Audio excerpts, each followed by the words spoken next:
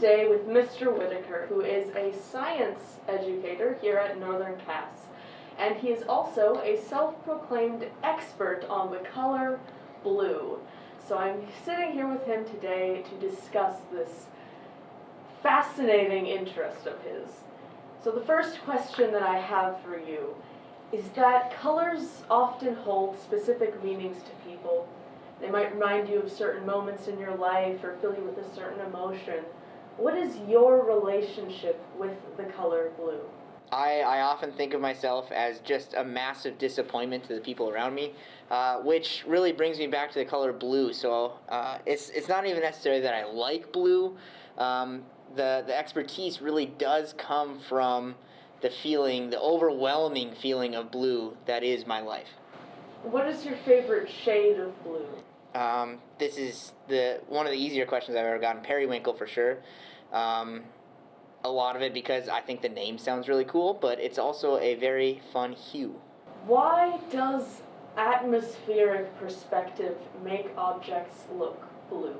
The atmosphere acts as somewhat of a filter, so only certain light is able to travel through it. For example, light that passes through green glass would appear as green, so what you're seeing is the atmosphere filtering most other colors and absorbing other colors and letting blue light travel through. I have heard that the pigmentation of the iris varies from light brown to dark brown or black. And if this is the case, why do some people have blue eyes?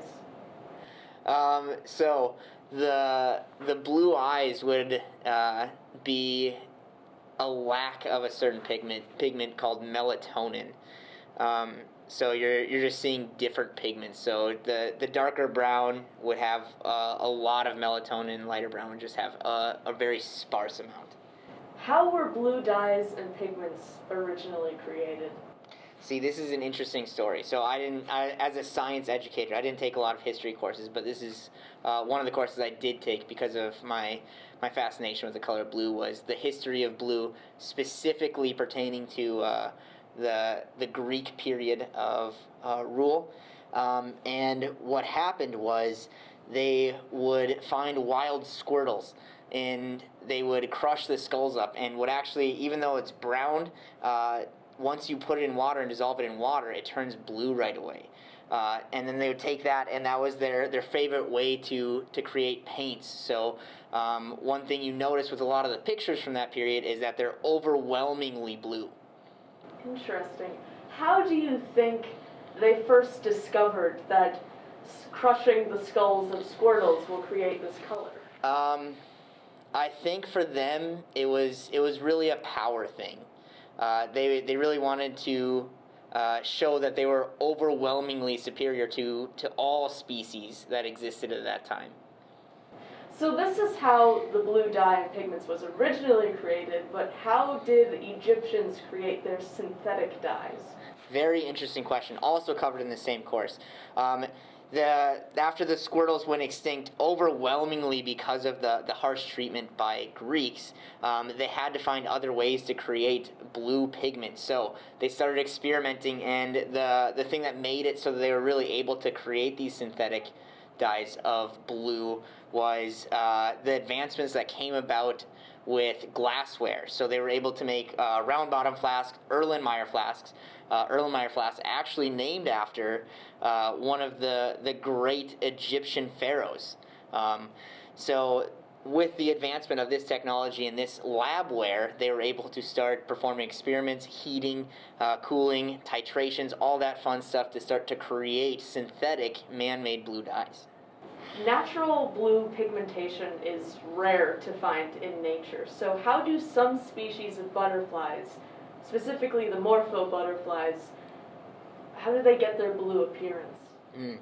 Very, very interesting question. So they're able to obtain their blue appearance by actually converting it from the same compounds from that squirtle shell that they eat from rocks that they find in their mating grounds. So by eating those rocks, there is a chemical process that happens that turns them blue.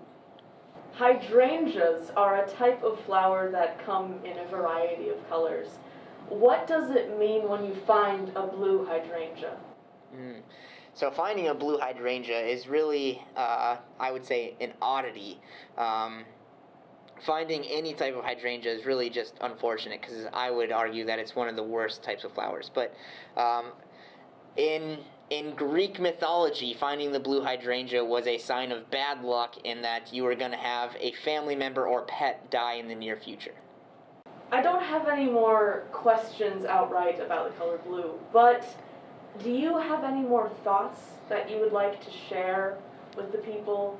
Maybe things that you think the viewers need to know? I would say that blue is an overwhelmingly underestimated color. I think it should have a place in everybody's home, specifically painting entire walls blue and having blue bed sets and blue furniture.